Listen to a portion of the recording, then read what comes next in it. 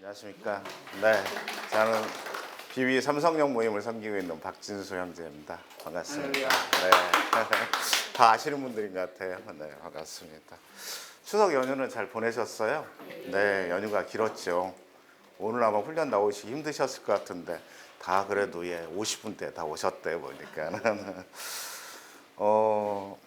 벌써 이제 아침 저녁이면 쌀쌀하죠. 그러니까 사실은 오늘 화창한 날로 예상을 했는데 비가 좀 오지만은 이런 가을날 훈련에 임하신 우리 형제자매님들을 정말 축복하고 또 존경하고 사랑합니다. 우리 서로 인사 한번 할까요? 이미 하셨겠지만은 형제님 자매님 축복합니다, 사랑합니다 이렇게 네, 감사합니다. 네, 저는 저희 비비빔 모임에 나온 지 딱 20년 됐네요. 2005년 1월 달에 저희 비비 모임에 왔습니다. 당시에는 제가 이제 교회 출석한 지 얼마 안 됐어요. 그리고 당연히 예수님도 영접하지 않았고 어떻게 기도하는지도 잘 몰랐고 그리고 정말 아무것도 모르는 완전 초짜였습니다. 그리고 제가 이제 모임에 1월 달에 왔는데 한 1월 20일경에 온 것 같아요. 근데 이 첫 모임에 이제 왔을 때 그날 저녁을 보내고 나서 큰일 났다. 여기 있으면 절대 안 되겠구나. 빨리 도망가야지. 뭐 이런 생각을 가지고 있었습니다. 그런데 딱 20년이 지난 지금 이 시점에 순장님들이 저의 그 가능성을 어떻게 발견하고 또 저를 이렇게 성장시켜 줬는지 오늘 강의를 통해서 얘기를 나누면서 들어보도록 하겠습니다. 기도하고 시작할까요? 기도하겠습니다. 주님, 오늘 순원에 대한 가능성 발견 강의 시간에 성령께서 함께 해주시옵소서. 잘 듣고 깨닫게 해주시옵소서. 예수님의 이름으로 기도드립니다. 아멘. 네.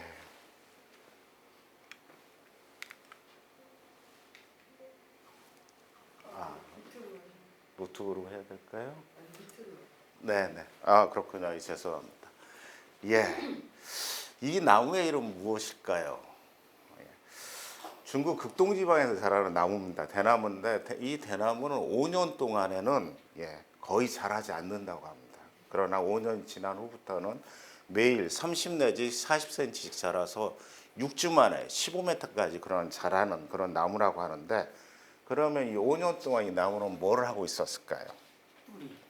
그렇죠. 네. 뿌리를 내리고 있었습니다. 그래서 심지어 어떤 대나무는 이 뿌리가 100m까지 간다고 할 정도로 그렇게 뻗어간다고 합니다. 이 대나무의 이름은 모소대나무라고 합니다. 오늘 우리는 이 모소대나무와 같은 순원의 가능성을 어떻게 발견할 것인지 그것을 공부하게 될 것입니다. 우리 강의의 목적을 다 같이 읽어볼까요? 우리 교재는 86페이지입니다. 한번 다 같이 읽도록 하겠습니다. 시작. 이 강의의 목적은 직장인 성경공 모임에 참여하는 모든 순장들이 가능성을 근거로 하여 순원들을 제자화하는 개념을 이해하고 이를 적용하도록 돕는 데 있다. 네. 순장이 순원들을 예수 그리스도의 제자로 성장시키기 위해서 순원의 가능성을 어떻게 발견할 것인가. 이게 이 강의의 주제입니다. 저희 86페이지 교재 서문에 보면 예수님께서 지상생의 대부분을 어떻게 보내셨는지 그리고 무엇을 중요하게 여기셨는지 이런 내용들이 잘 나와 있는데 현재 우리가 하고 있는 사역들과도 아주 연관이 있습니다. 우리 서여의도 모임의 송석훈 형제님이 교재를 보시고 읽어주셔도 되고 한번 읽어주시겠어요? 좀 길지만은. 예수님은 지상에서 남은 생애의 대부분을 소수의 제자들에게 바치셨다. 주님은 문자 그대로 자기의 전 사역을 그들에게 거셨다. 주님은 제자들을 선발하실 때 경력이 화려하고 유능한 사람보다 주님을 위해 모든 것을 버리고 따를 수 있는 유용한 사람들을 제자로 선발하셨다. 주님이 제자로 삼는 사람들의 대상은 신분의 높고 낮음을 초월했다. 오직 가능성을 보고 그들을 철저히 선발했다. 주님은 가능성 있는 제자를 선발하는 데 가장 많은 시간을 소모하셨다. 세상은 주님에게 무관심할 수는 있었으나 주님의 전략을 이길 수는 없었다. 주님을 적당히 따르던 자들의 천국의 참 의미에 부딪혀서 충성심을 저버렸을 때에도 주님은 크게 걱정하지 않으셨다. 그러나 가까운 제자들이 주님의 목전에서 벗어나는 것을 참을 수 없었다. 그들은 진리를 이해하고 그 진리를 거룩해지지 않으면 진리로 거룩해지지 않으면 안 되었다. 그렇지 않으면 모든 것을 잃어버리게 될 판이었기 때문이다. 그래서 주님은 세상을 위해서가 아니라 하나님께서 세상 중에서 자기에게 주신 소수를 위하여 기도하셨다. 세상이 그들의 말을 통해 주님을 믿게 되려면 모든 것이 그들의 충성에 달려 있었기 때문이다. 네, 감사합니다.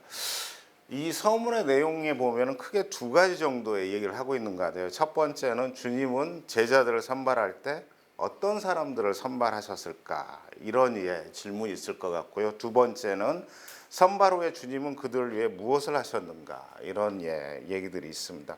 우리 양재 모임의 서은정 형제님께서 제자들을 선발할 때 어떤 사람들을 선발하신 것 같아요?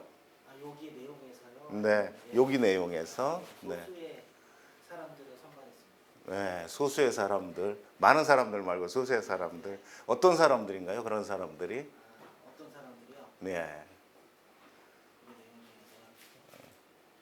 이 내용에서요. 유용한 사람들을 선발했습니다. 그러네요. 보니까는 경력이 화려하고 유능한 사람보다는 주님을 위해 모든 것을 버리고 따를 수 있는 그런 유용한 사람들을 제자로 선발했다는 거죠.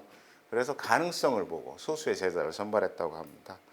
그러고 나서 두 번째 선발 후에 주님은 그 제자들, 소수의 제자들을 위해서 기도하시면서 소수의 제자들이 충성을 할 수 있도록 기도하고 또 인도하고 그렇게 했다고 하나요? 우리 스크린에 보면 요한복음 17장 20절 말씀인데 삼성역 모임의 우리 이영근 자매님 한번 읽어주시겠어요? 내가 비옵는 것은 이 사람들만 위함이 아니요 또 그들의 말로 말미암아 나를 믿는 사람들도 위함이니. 아멘. 네, 감사합니다. 우리 여기 계신 분들도 다 순원들을 위해서 열심히 기도하고 계시죠? 아멘. 아멘. 네.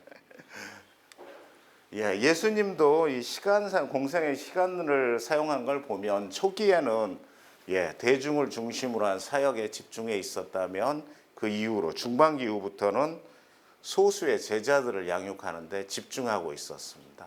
그래서 많은 시간들을 제자들과 함께 보냈고요. 실제로 저희가 만 시간의 법칙이라는 걸 책도 있지만 예수님이 3년 6개월 동안 보낸 시간은 거의 2만 시간 가까이를 같이 보내셨더라고요. 그러면서 제자들을 양육을 했던 것입니다. 우리 강의 목차를 다 같이 읽어보도록 하겠습니다. 시작. 가능성이란 가능성을 발견한 일이 왜 중요한가? 예수님이 어떻게 가능성 있는 제자들을 선발하셨는가? 어떻게 순환의 가능성을 개발시킬 것인가? 사례 연구, 적용점 찾기 이 순으로 진행하도록 하겠습니다.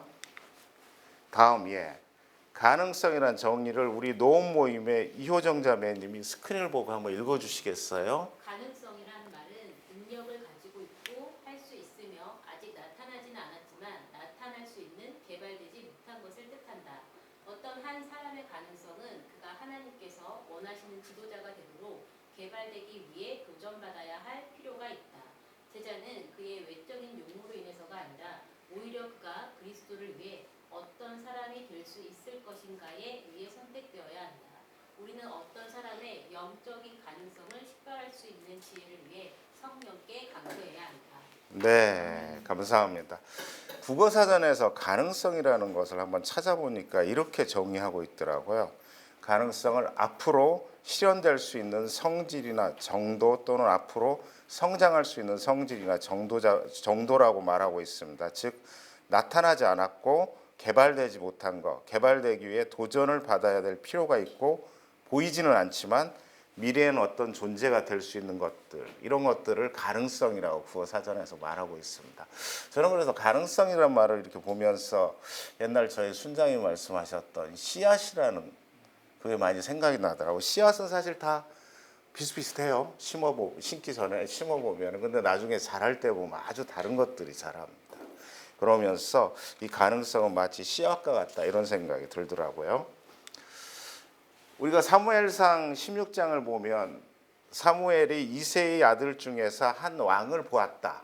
그러면서 하나님이 그 말씀을 듣고 이새의 아들들을 찾아갑니다. 그래서 사무엘의 첫째 아들 엘리압을 보고서 와, 얘가 바로 왕이구나 이렇게 생각했어요. 그랬는데 하나님께서는 외모로 보지 말고 마음의 중심을 보아야 된다 이렇게 얘기를 했습니다. 그래서 계속해서 뭐 아미나답 등 7 아들들을 다 보고 나서 마지막에 이제 막내 다윗을 보게 됩니다. 그러면 그때 이제 하나님께서 이가 그니 일어나 기름을 부어라. 얘가 왕이다. 그러니까 기름을 부어라라고 얘기를 했었죠.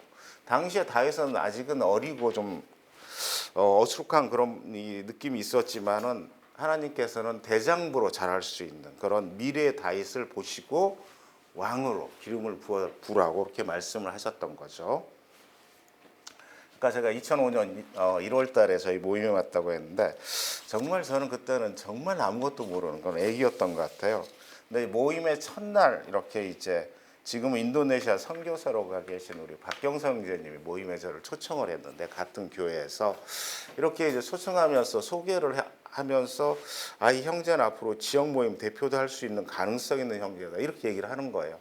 처음 봤는데 아직 예수님도 믿지 않는데 그래서 이분이 좀 이상하신 거 아니야 이런 얘기를 했는데 어쨌든 그 첫날에 많은 이제 그 순장님들이나 형제 자매님들이 저를 이제 이렇게 보면서 형제님 기대가 돼요 이런 얘기를 정말 많이 했어요. 제가 태어나서 기대가 된다는 얘기를 그날 제일 많이 들었던 것 같아요.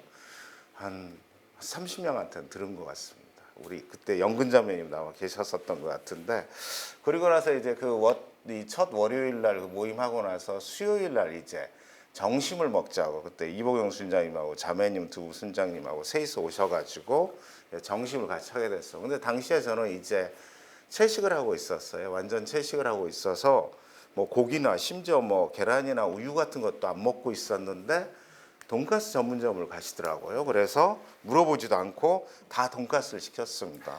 저는 이거 안 되는데 이거 말할 틈도 없이 바로 돈가스를 시키고 다 같이 먹게 되니까는 엄격거려 저도 이제 채식을 포기하게 되는 그런 상황이 벌어져 버린 거죠. 그러면서 이제 모임에 나오기를 계속 이제 권하시면서 기대가 된다는 얘기를 많이 했습니다. 사실 저는 그날 뭐 지금도 생생하게 기억하지만은 우리 박경성 교수님이 한번 와보라고 그래서 정말 인사치레로 한번 가보고 이제는 더 안 갈 거다 생각을 하고 갔었는데 이제 그랬던 거죠. 그래서 그 다음 주 월요일 또 가게 되고 기대가 된다고 하니까요. 혹시 뭐가 있나 하고 가게 됐던 거고 그 후에 이제 우리 윤 순장님 또 강 순장님, 이보경 순장님 세 분의 순장님의 그런 열정적인 사랑과 또 인도로 제가 예수님을 영접하게 되고 지난 20년 동안 훈련받고 또 모임에서 같이 또 교제하고 나누고 이러면서 성장을 하게 됐던 거죠. 제자와 사역을 위해서 성장하고 지금 이 자리에 서게 된 것입니다. 사실 따지고 보면 우리 세 분의 순장님들의 그런 사랑과 그런 열정으로 그리고 제가 신앙에 대해서는 아직은 잘 모르지만은 저희 순수한 마음 그리고 뭘 배우려고 하는 그런 수용성들이나 또는 회사 일을 하는 거 보고 그런 책임감이나 열정들을 보고 가능성이 있다라고 발견했기 때문에 저를 잘 이렇게 인도하셔서 이 자리에 설 수 있도록 해주신 것입니다. 그래서 순전히 순장님들의 그런 저의 가능성을 보고 인생을 투자해 주신 그 은혜 때문에 이렇게 오게 됐습니다. 순장님들께 진심으로 그래서 감사를 드립니다. 그렇다면 가능성을 발견하는 일이 왜 중요한가? 첫 번째는 가능성 있는 순원에게 집중할 수 있도록 해야 한다. 뭐 당연한 얘기겠죠. 가능성을 발견하지 못하면 아무래도 집중이 덜하게 됩니다. 그리고 사실은 루틴한 시간을 보내게 되는 거죠. 뭐 오늘 아침에도 이제 저희 교회에서 아침 일찍 모임이 있어서 지금 왔었는데 저희 이제 담임 목사님이 새로 바뀌셨는데 계속 강조하는 게 그겁니다. 도대체 10년, 20년, 30년 신앙생활 하는데도 왜 변화되지 않느냐. 이게 되게 궁금하다. 이렇게 얘기를 하세요. 그러면서 말씀을 삶에 적용하려고 하지 않으니까 그렇다는 거예요. 그런데 우리가 우리의 순원들의 가능성을 발견하지 못하면 우리가 하는 맨투맨이나 우리가 하는 모든 교제들이 정말 루틴하게 시간만 흘러보내고 순원의 가능성마저 사장시켜버린다는 거죠. 그래서 저 같은 경우에도 초신자임에도 불구하고 가능성을 보고 순장님들이 집중해 주셨기 때문에 지금 예수님의 제자 사역을 할 수 있었던 거죠. 요한복음 21장은 디베레 호숫가의 아침에서 고기 잡는 제자들에게 아침 식사를 차려주는 그런 예수님의 모습인데요. 새벽 호숫가에서 숯불을 피우고 고기를 손수 구우시는 예수님의 그 마음 얼마나 따뜻했을까요? 밤새도록 고기가 안 잡혔잖아요. 그런데 이제 새벽에 그물을 배 오른편에 던져라. 그리하면 얻으리라고 말씀하시고 그 잡은 물고기를 받아서 숯불에 구워주시는. 그러고서 이제 베드로를 향해서 내 양을 먹이라고 말씀하시면서 예수님의 용서와 사랑 그리고 베드로에 대한 그 제자 사역에 대한 방향을 정해 주셨던 거죠. 아마 베드로는 나중에 우리가 전승에 의하면 십자가에 거꾸로 이렇게 매달려서 순교하셨다고 하는데 이 마지막 순간에 이 디베레 호숫가에서의 그 자기의 친구들하고 또 예수님하고 식사했던 정말 눈물겹도록 아름다웠던 그 순간을 회상을 했었을 것 같아요. 그리고 세계 복음화를 계획하신 예수님은 베드로의 가능성을 보시고 베드로에 집중하셨던 거죠. 두 번째는 가능성이 개발될 때 제자와 사역의 효율을 극대화할 수 있다. 너무나 당연한 얘기겠죠. 요한복음 6장 66에서 69절은 오병이어를 경험한 많은 경험한 사람들이 군중과 제자들이 이제 예수님께서 자신이 하나님이 주시는 생명의 떡이다. 그리고 이 생명을 먹어야만이 영원히 살 수 있다라는 그 얘기를 하고 나니까는 많은 사람이 떠납니다. 이런 말을 하고 떠나요. 이 말씀이 너무 어렵다. 누가 들을 수 있겠느냐. 그렇게 우리가 못 살겠다는 얘기를 한 거죠. 그래서 우리는 다 떠나고 그래서 군중과 제자들이 다 떠나고 베드로 등 일부 제자들이 남았을 때 예수님이 너희도 가려냐? 그러니까는 베드로가 우리가 어디로 갈까요? 라고 갈 수 있을까요? 이렇게 얘기를 했던 거죠. 하나님 나라의 소망을 가진 가능성이 있는 자들만이 제자 사역을 끝까지 할 수 있다는 것이죠. 우리 은평 모임의 이현주 장매님이 디모데후서 2장 2절 말씀을 이 스크린을 보고 한번 읽어주시겠어요? 내가 많은 증인 앞에서 내게 들은 바를 초선된 사람들에게 부탁하라. 그들이 또 다른 사람들을 가르칠 수 있습니다. 가능성 있는 제자를 발견해서 제자와 사역의 효율성을 높인다는 거고요. 세 번째는 사역의 실패 가능성을 줄일 수 있다. 당연하겠죠. 그래서 순장은 부지런히, 순장의 눈은 부지런히 수년을 관찰해야 되는데 순모임 할 때나 또는 교제하고 나눌 때나 리트릿 할 때나 이렇게 다양한 일들을 통해서 관찰할 필요가 있습니다.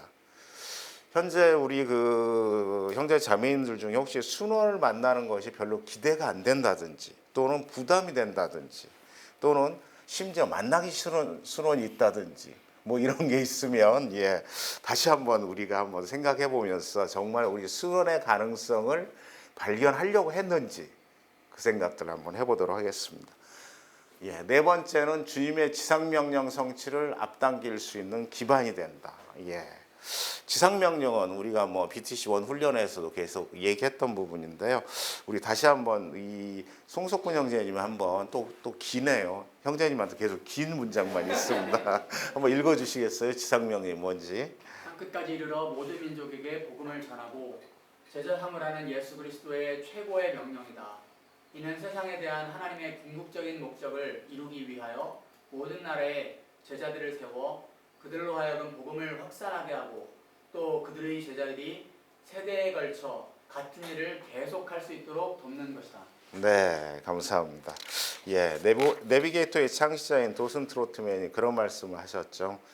내가 먼저 그리스도를 알고 또 그들이 그리스도를 알게 하자. 이 말 안에 사실은 다 함축되어 있는 거죠. 아침 얘기를 다시 합니다만 아침에 저희가 이제 출석 교인이 한 15,000명 되는 큰 교회입니다. 그러면서 지금 이제 소위 말하는 이제 새 생명 이 초청잔치 저희는 블레싱 축제라고 하는데 15,000명이 한 명씩만 데려도 3만 명. 다음에 3만 명이 한 명씩만 데려오면은 6만 명. 이렇게 계산해 보니까는 10년이면은 한국의 복음화가 거의 90%는 될 것 같다. 이렇게 얘기를 하시는데 듣는 우리들이 농담을 얘기하시는 걸까 진담일까 이러면서 저희들끼리 했지만은 지상명령 예수님이 마태복음 28장 18절에서 20절 말씀에서 말씀하셨던 유언과 같은 말씀이죠. 가능성을 발견하는 일이 왜 중요한가? 그 중에서 이제 우리가 순원들의 가능성 발견에 실패하는 이유 5가지가 있는데, 첫 번째는 순원을 외모, 첫인상이나 용모로 판단하기 때문에 그렇다는 거죠. 저도 이제 저희 순장님들하고 이제 이 맨투맨을 하고 나서 3, 4년이 지나면서부터는 이제 순장으로 맨투맨 양육을 했습니다. 근데 그때는 대부분 이제 환경이 좋은 분들을 저한테 이렇게 소개를 시켜주고 또 그렇게 만났어요. 여기서 환경이 좋다는 거는 이제 회사가 되게 안정적이거나 아니면은 사회적으로 지식 수준이 상당히 높거나 또는 뭐 경제적인 어려움이 덜하거나 뭐 이런 뜻인데, 근데 보니까는 그 순원들은 대부분 다 모임을 떠났습니다. 저도 순원의 가능성보다는 그런 외모와 기능적인 면만 보고 단기에 성장시키겠다는 그런 저의 잘못된 욕심이나 생각들 때문에 그렇게 떠났다고 생각하고, 순원의 가능성을 찾아서 발현할 수 있도록 해야 되는데 그걸 하지 못했다는 거죠. 그래서 결국은 순원의 가능성 발현은, 순원의 가능성이 실제적으로 발현될 수 있는 건 순장의 인내와 기다림의 산물이라는 거죠. 두 번째는 하나님께서 순원에 개발되지 않은 약점을 변화시키리라는 기대를 갖지 않기 때문. 한마디로 이제 기대를 하지 않는다는 거죠.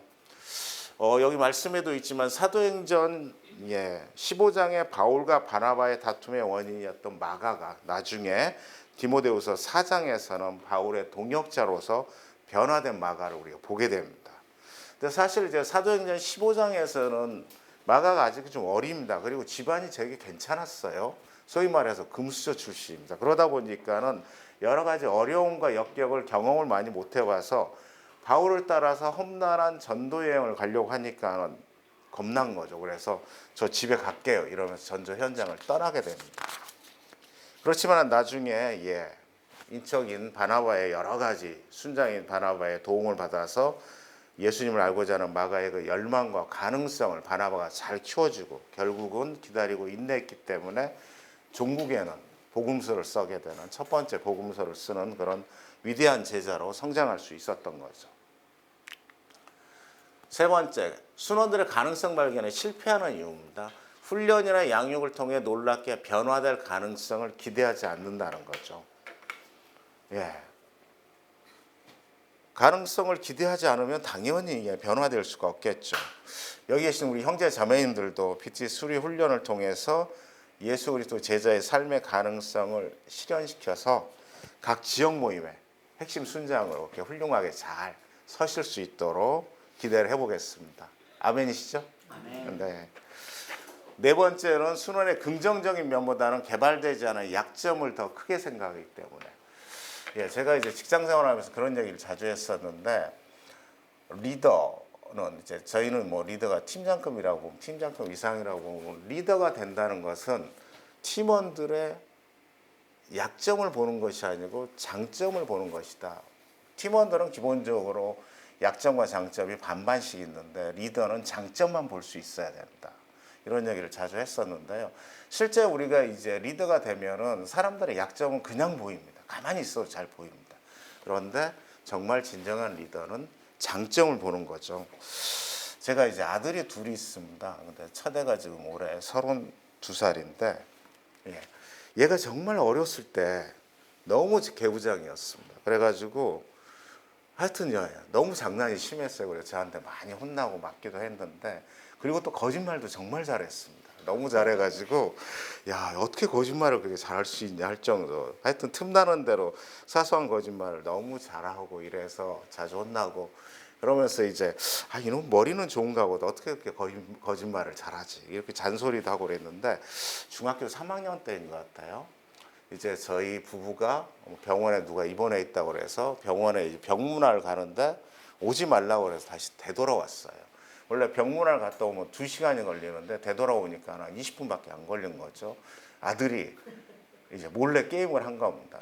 컴퓨터 선을 저희가 갖고 다녔는데, 와이프 핸드백에 컴퓨터 선을 가지고 다녔어요. 이게 코드를. 근데 얘가 이제 하이마트에서 선을 몰래 사가지고 그동안에 게임을 하고 있었던 거예요. 우리 모르고 있었는데.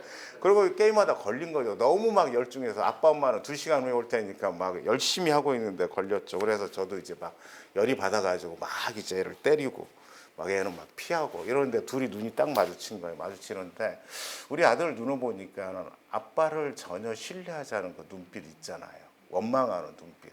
잘못은 지가 했는데 어쨌든 그래가지고 눈빛을 보면서 야 아빠를 믿지 않고 원망하는 그 눈빛을 보는 순간 내가 아들의 인생을 망칠 수 있겠구나 이런 생각이 확 드는 거예요. 그때 이제 제가 예수님을 영접하고 비비비에서 신앙생활을 한지 뭐 한 3, 4년 됐을 때네요. 그랬으니까 그래서 이제 얘가 이렇게 거짓말을 잘하는 거 보니까는 머리는 좋은 것 같아. 그래서 그런 부정적인 것보다는 긍정적인 면을 보자 해서 성령님한테 물어보니까는 우리 아들한테 너는 천재야 이 얘기를 해주라는 거예요. 그래서 그 다음 날부터 제가 이제 너는 천재라는 얘기를 거짓말 할 때마다 했습니다.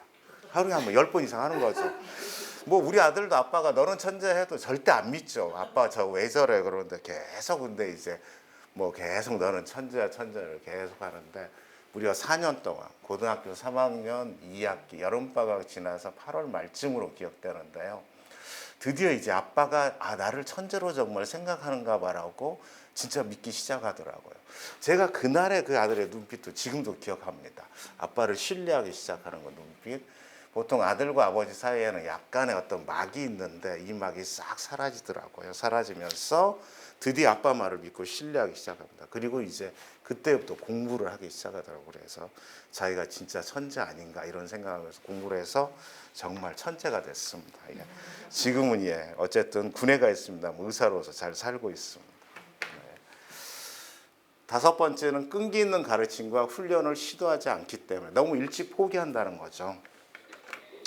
제가 맨투맨 했던 우리 형제 중에 김원배 형제라고 있습니다. 우리 연근자매도 잘 아시는데 무려 12년 동안 맨투맨을 했던 것 같아요.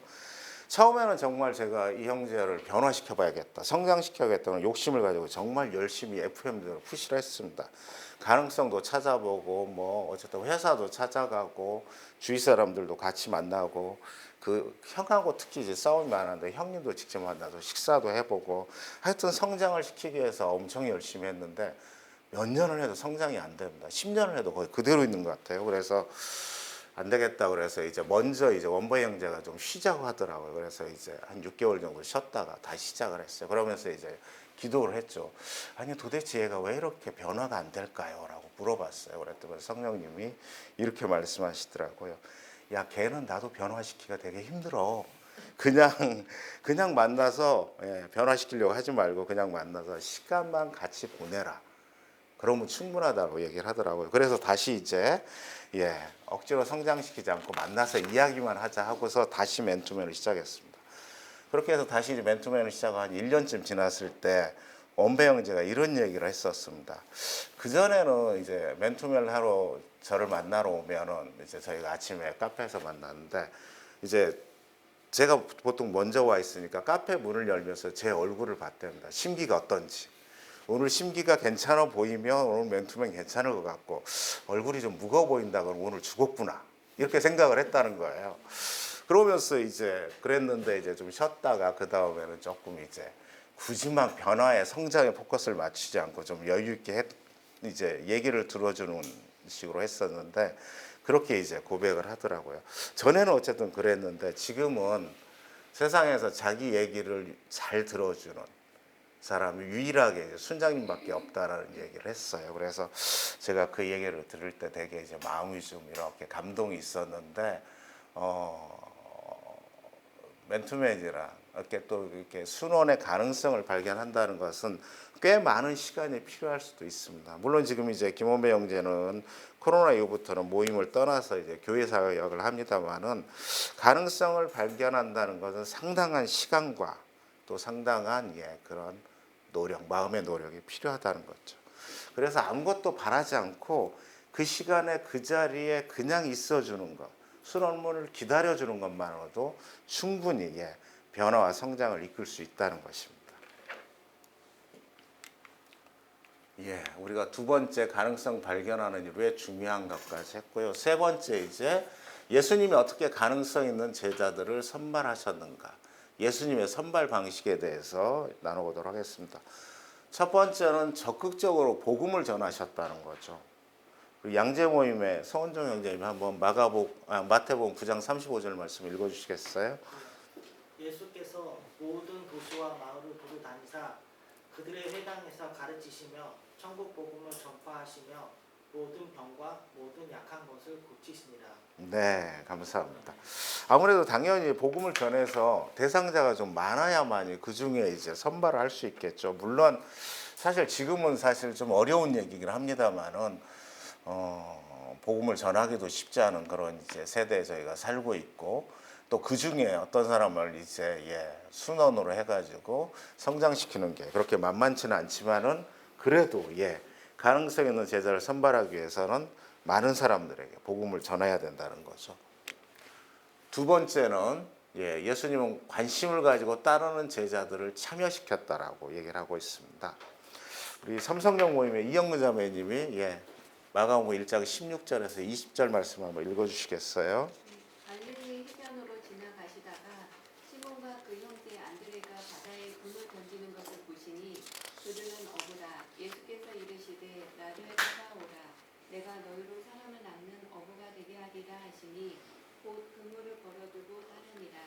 조금 더 가시다가 세베대의 아들 야고보와 그 형제 요한을 보시니 그들도 배에 있어 그물을 빚는데 곧 부르시니 그 아버지 세베대를 품꾼들과 함께 배에 버려두고 예수를 따라가니라. 네, 감사합니다. 시몬과 그 형제 안드레 따라오라. 야고보와 그 형제 요한에게 부르시니 그들이 따라갔다. 사실 우리가 이제 불렀을 때 따라갔을 때 우리가 역사의 현장에 있을 수 있습니다. 따라가지 않으면 역사의 현장이 절대 있을 수가 없죠. 저도 2005년도 1월 달에 그렇게 박경서 형제님을 따라서 약간 억지였지만은 우리 비비 모임에 왔기 때문에 그 이후에 월요 모임과 목요 모임 그리고 저희가 토요일 날 노방종들을 많이 했었는데 그런 노방종들을 따라하고 봄가을 또 BTC 훈련을 하고 그러다 보니까 어느새 이제 일터 선교사, 직정 선교사가 비전이 되고 또 습관이 됐던 거죠. 개인적으로 저는 일주일에 이제 4명의 형제와 맨투맨을 합니다. 5명의 형제와 하다가 한 명이 좀 쉬겠다고 해서 잠시 쉬고 있고요. 코로나 기간 동안에 저희가 이제 비대면이 좀 많다 보니까는 전화로 하는 그런 친구들도 있는데 여전히 꾸준히 맨투맨을 하고 있고 제가 보니까 제가 제일 잘하는 것 같다는 생각이 들더라고요. 저한테 맞는 일이라 생각이 들어요. 그래서 저는 평생에 정말 소망이 맨투맨을 하는 것이고 제가 이제 가끔 그런 얘기를 합니다만은 제가 육신의 호흡이 닿는 그 순간에도 맨투맨 하다가 죽는 것이 저의 소망입니다. 물론 이제 당일날 순원은 좀 놀래겠죠. 미리 얘기해야죠. 오늘 죽을 수 있다고. 그러니까 놀래지 말라고. 그렇게 맨투맨을 제가 좋아하는데 사실 그것은 이제 2006년도부터 2009년까지 4년 동안 매주 제가 금요일 날 새벽 아침 일찍 저 이봉영 순장님하고 이렇게 맨투맨을 했었는데 그분이 그렇게 이제 저를 이렇게 저의 가능성을 보고 인도해 주셨기 때문에 가능한 거죠. 지금 이제 저희 순장님은 제주도에 가 계시지만은 그때 저를 이렇게 이끌어 주시고 인도해 주시고 가능성을 잘 키워 주신 그 순장님의 덕분이라고 그렇게 생각을 합니다. 다음에 예수님이 어떻게 가능성 있는 제자들을 선발하셨는가. 세 번째는 예수님은 자신을 따르는 사람들 중에서 특별한 자들, 여기서는 가능성이라고 하고 있죠. 그 가능성을 찾으셨다는 거죠. 우리 5가지가 있는데 한 목소리 같이 읽어볼까요? 시작. 하나님을 알고자 하는 갈망, 하나님의 뜻에 적극 순종하려는 유용성, 가르침. 아이고 죄송해요. 이게 가르침을 받으려는 겸손한 태도, 하나님을 위한 일에 충성스러움, 하나님을 위해 대가를 치르려는 자발성. 네, 감사합니다. 이 우리가 가능성 특별할 자질 중에 보면 하나님을 알고자 하는 갈망, 또 하나님의 뜻에 적극 순종하라는 유용성. 마태복음 우리가 4장 잠시만요. 2가지를 가지고 얘기를 해볼까요? 마태복음 4장 18절부터 22절 말씀, 그 다음에 앞에 마가복음에 우리가 했던 1장 16절하고 20절 말씀하고 거의 비슷한 내용입니다. 예, 불렀을 때 따르다, 예수를 따른다라고 하고 있죠. 그래서 베드로, 안드레, 야고보, 요한은 하나님을 알고자 하는 그 갈망으로 순종하는 마음으로 예수님을 따르는 것들을 우리가 볼 수 있습니다. 그래서 우리가 직장에서 이렇게 얘기하거나 또는 교회에서 얘기해 보면 정말 하나님을 알고자 또 하나님을 알리고자 하는 거 열망 있는 친구들이 여전히 지금도 있습니다. 그래서 그런 친구들을 잘 우리 모임에 초청을 해서 잘 순원으로서 잘 성장시킬 수 있으면 정말 좋을 것 같습니다. 좀 오래된 이제 코로나 때문에 저희가 이제 소위 말해서 각 모임 보면은 세가족 촉천 장치를 이제 그 전에 좀 하다가 코로나 때문에 못 하다가 다시 시작하고 있는데 저희가 코로나 전에 보면은 삼성역 인근의 직장인 촉천 저희는 이제 비전데이 가운데 그 축제를 했습니다. 그 2017년 10월이었던 것 같은데요. 그래서 이제 축제 일주일 전부터 저희가 초청장을 만들어서 이제 각 전철역에서 이렇게 나눠졌어요. 한 2,000장 정도를 저희가 뿌렸는데 2,000장의 0.1%인 그걸 받아본 사람 중에 2명이 초청이 왔어요. 그러니까 그냥 우리가 길에서 뿌린 초청장을 받아서 온 사람이 2명이었습니다. 그 중에 이제 한 명이 구승희 형제인데 지금까지 모임에 잘 나오고 있어요. 근데 당시에도 보면 우리가 전도 축제하고 나서 저하고 상당히 이제 얘기를 좀 많이 했는데 이 친구가 보면 정말 하나님을 알고자 하는 열망 그리고 도대체 비비 사람들은 어떤 생각을 갖고 살아가는지 이런 것들에 대해서 관심이 많았습니다. 그리고 정말 또 되게 순종적인 그런 태도를 가지고 있었는데 그래서 그런 거에 성장하려는 가능성이 볼 수 있었죠. 그래서 저희 모임에 온 이후에 한 달도 안 돼서 바로 맨투맨을 시작을 했고 지금도 사실 목요일 아침 만나서 계속 제가 맨투맨을 하고 있습니다. 벌써 저희가 7년, 8년 가까이 되고 있는데 그렇게 해서 유용한 자질을 가지고 있는 사람들을 만나서 이렇게 정말 예수 그리스도의 그 지상 명령을 꿈꾸게 하는 것들은 정말 기분 좋은 일인 거죠. 저희 이제 올해 드디어 이제 다음 주 10월 20일 날 다시 또 이제 비전데이 월요일 직장인 초청 장치를 하는데 혹시 강남 이쪽에 지인이 있으시면 초청을 좀 해주시면 감사하겠습니다. 우리 연근자매님한테 말씀해 주시면 좋겠습니다. 예수님이 어떻게 가능성 있는 제자들을 선발하셨는가? 5가지 중에 3번째 가르침을 받으려는 겸손한 태도. 우리 농모임의 이효정 자매님이 마태복음 5장 1절 말씀 읽어주시겠어요? 예수께서 무리를 보시고 산에 올라가 앉으시니 제자들이 나아온지라. 네, 그렇죠.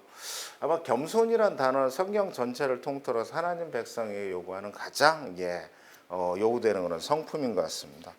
성령 충만한 외적 모습은 크게 이제 저는 2가지라고 하는데 생각하는데 첫 번째는 감사하는 마음이죠. 그래서 그 감사하는 마음은 기쁨의 형태로 나타날 거고 그 다음에 겸손의 형태로 나타날 겁니다. 겸손의 형태는 온유한 그런 형태로 나타날 텐데 내가 오늘 하루 살면서 내가 겸손하지 않고 온유하지 않다면은 즉시 성령님한테 물어봐야 되죠. 우리가 영혼의 호흡이라는 걸 제 방법인데 제가 왜 지금 겸손하지 않죠?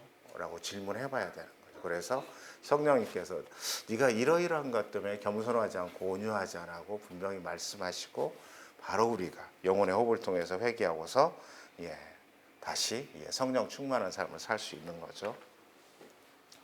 4번째는 하나님을 위한 일에 충성스러움. 너무 당연한 얘기인데요. 우리 은평 모임의 이현주 자매님이 한번 마태복음 25장 21절을 읽어주시겠어요? 그 주인이 이르되 잘하였도다. 착하고 충성된 종아, 내가 적은 일에 충성하였음에 내가 많은 것을 내게 맡기리니 내 주인의 즐거움에 참여할지어다. 네, 감사합니다. 적은 일에 충성하는 그 다음에 일상의 소소한 일에 충성할 때 하나님은 우리에게 감사와 기쁨이 넘치는 건 일상을 주신다는 거죠. 사실 그런 일상들이 모여서 우리의 일생을 만드는 거죠. 일상에 충실하는 것이 곧 하나님의 뜻입니다. 하나님의 뜻은 아주 어려운 거나 복잡한 것이 아니고 우리가 일상에서 하나님의 말씀대로 살아가면서 거기에 충실하는 것이죠. 다음 마지막으로 예수님의 특별한 자질, 가능성인데 하나님을 위해 대가를 치르려는 자발성. 우리 송석훈 형제님이 한번 또 요한복음 20장 66절부터 69절 읽어주시겠어요? 그때 그의 제자 중에서 많은 사람이 떠나가고 다시 그와 함께 다니지 아니하더라. 예수께서 12제자에게 이르시되 너희도 가려느냐? 시몬 베드로가 대답하되 주여 영생의 말씀이 주께 있사오니 우리가 누구에게로 가오리이까? 우리가 주는 하나님의 거룩하신 자이신 줄 믿고 알았사옵나이다. 네, 감사합니다. 이게 자발성 너무 당연한 거죠. 여기 계신 우리 형제 자매님들도 다 자발적으로 훈련을 오신 거죠. 네. 그런데 이 자발성에는 당연히 기쁨이 동반돼야 되겠죠. 네, 뭐 자발적으로 왔으니 기쁜 거죠. 기쁘신 거죠? 그렇습니다. 예, 그래서 예수 제자 사역의 기쁨은 생명의 원천인 거죠. 그리고 예수님과 동행할 때만 가능한 것이죠. 지금까지 우리는 이제 가능성에 대한 정의 그리고 가능성 발견이 왜 중요한지, 세 번째는 예수님은 어떻게 가능성 있는 제자를 선별했는지 이거에 대해서 살펴봤고요. 네 번째, 큰 제목 어떻게 순원의 가능성을 개발시킬 것인가 마지막으로 보도록 하겠습니다. 총 이제 7가지의 그런 게 있는데, 가능성 있는 순원들이 순장의 잘못된 그런 적용으로 가능성이 제대로 개발되지 못한 채 사역을 포기하는 경우가 많다는 거죠. 총 7가지가 있는데 한번 보도록 하겠습니다. 우리 홀수는 자매님들이, 짝수는 형제님들이 한번 읽어볼까요? 시작. 그리스도께 충성하는 것이 마치 순장이나 하나님께 호의를 베푸는 같은 인상을 갖지 않도록 하라. 일에 사람을 맞추지 말고 사람에게 일을 맞추어라.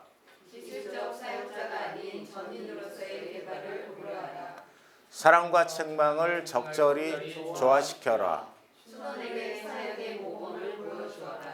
순원은 순장의 사역을 보고 가장 큰 가능성을 발휘한다는 사실을 명심하라. 네, 감사합니다.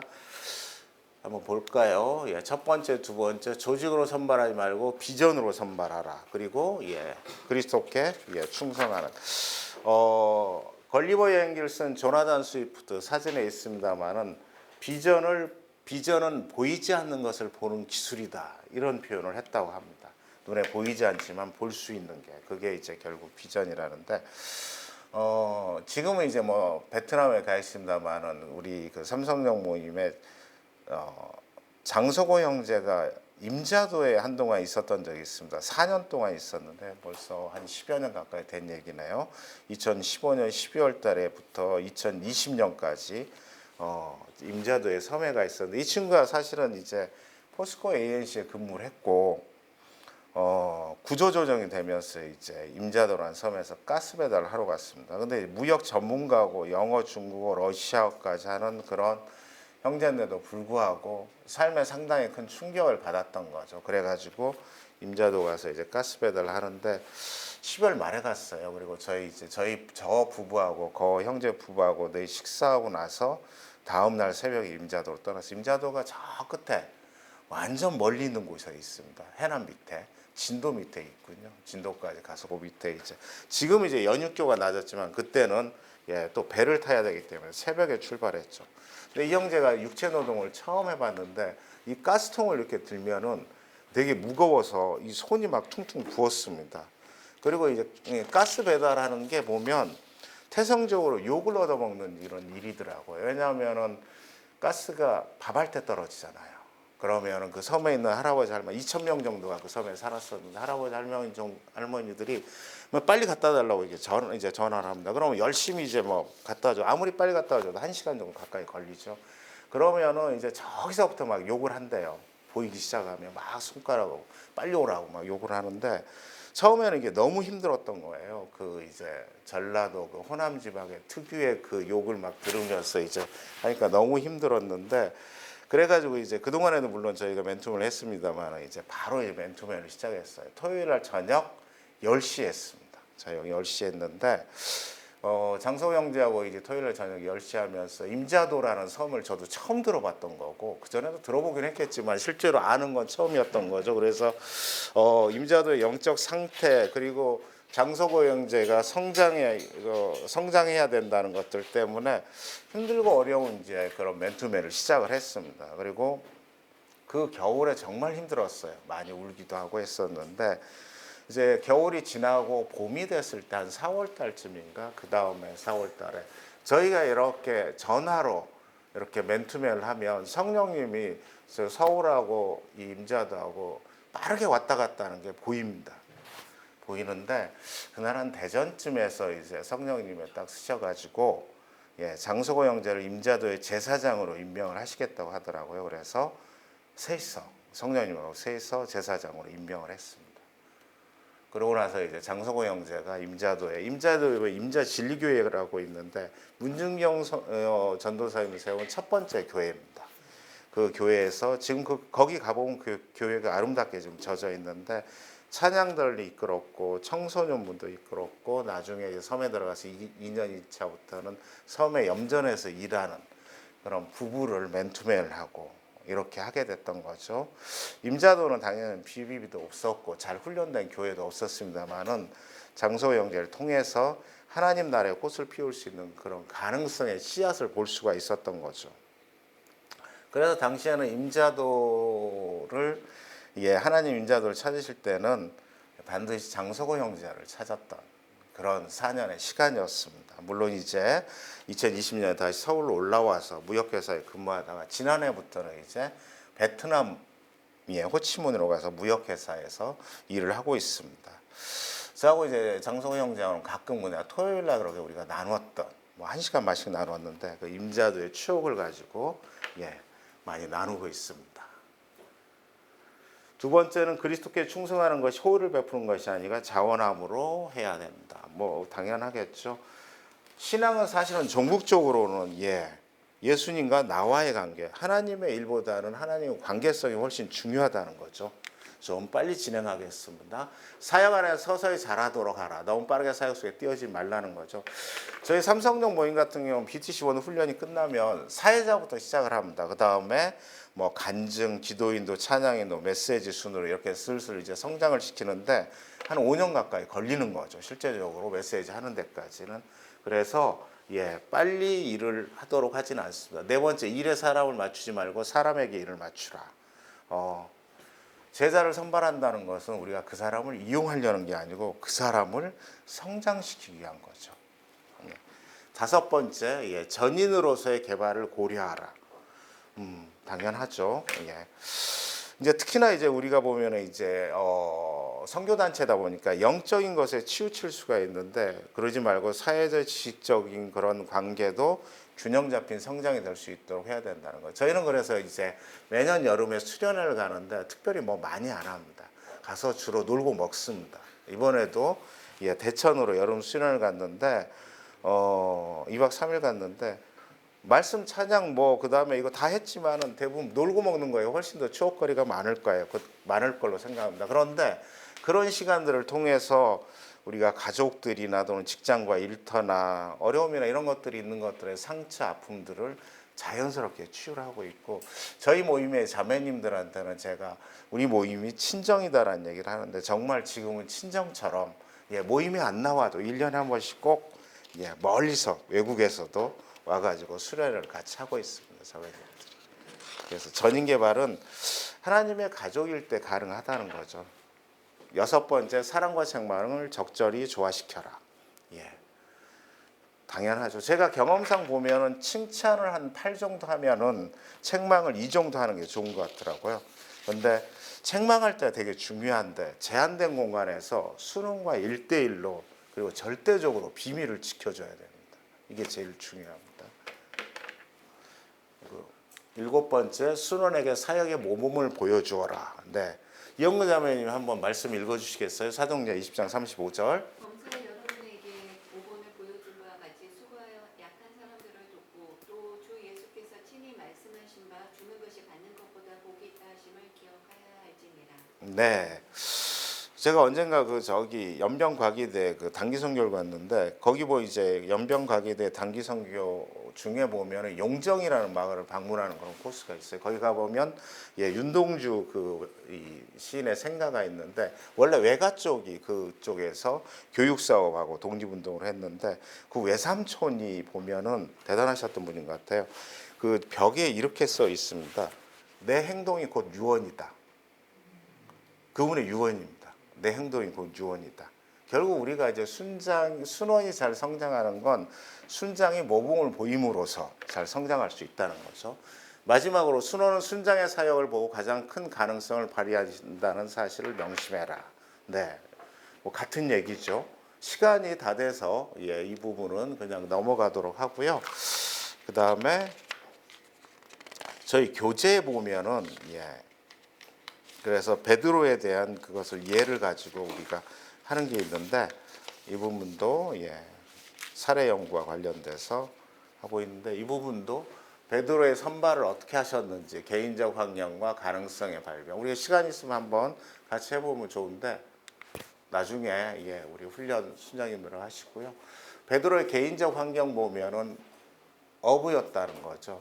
그렇지만 가능성을 발견한다. 사실은 가능성이란 비전과 연관이 있는 거고 나중에 소명과 사명과도 연관이 있겠지만 어부지만 직업적 소명에 대한 이야기를 할 수 있을 거고 곧 그물을 버려두고 가셨다는 즉각적인 순종을 했다는 거죠. 그리고 예수님을 부인했던 것.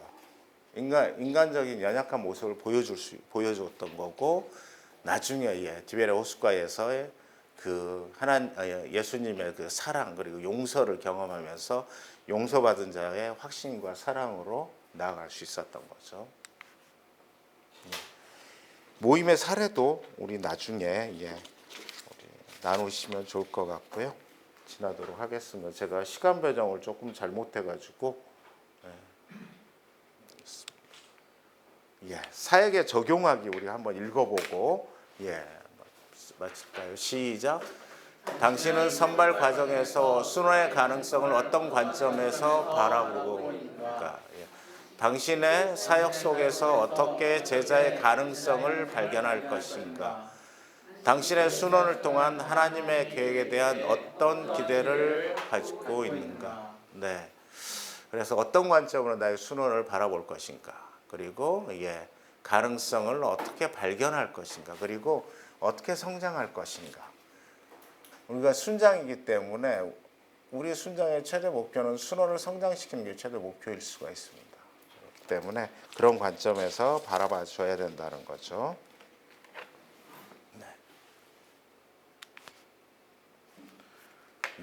우리 고린도후서 3장 2절 3절 말씀을 한번 같이 읽고 이 강의를 마치도록 하겠습니다. 시작. 너희는 우리의 편지라 우리 마음에 썼고 무사람이 알고 있는 바라. 너희는 우리로 말미암아 나타난 그리스도의 편지니 이는 먹으로 쓴 것이 아니요 오직 살아계신 하나님의 영으로 쓴 것이며 또 돌판에 쓴 것이 아닌 오직 내 마음판에 쓴 것이라. 아멘. 기도하겠습니다.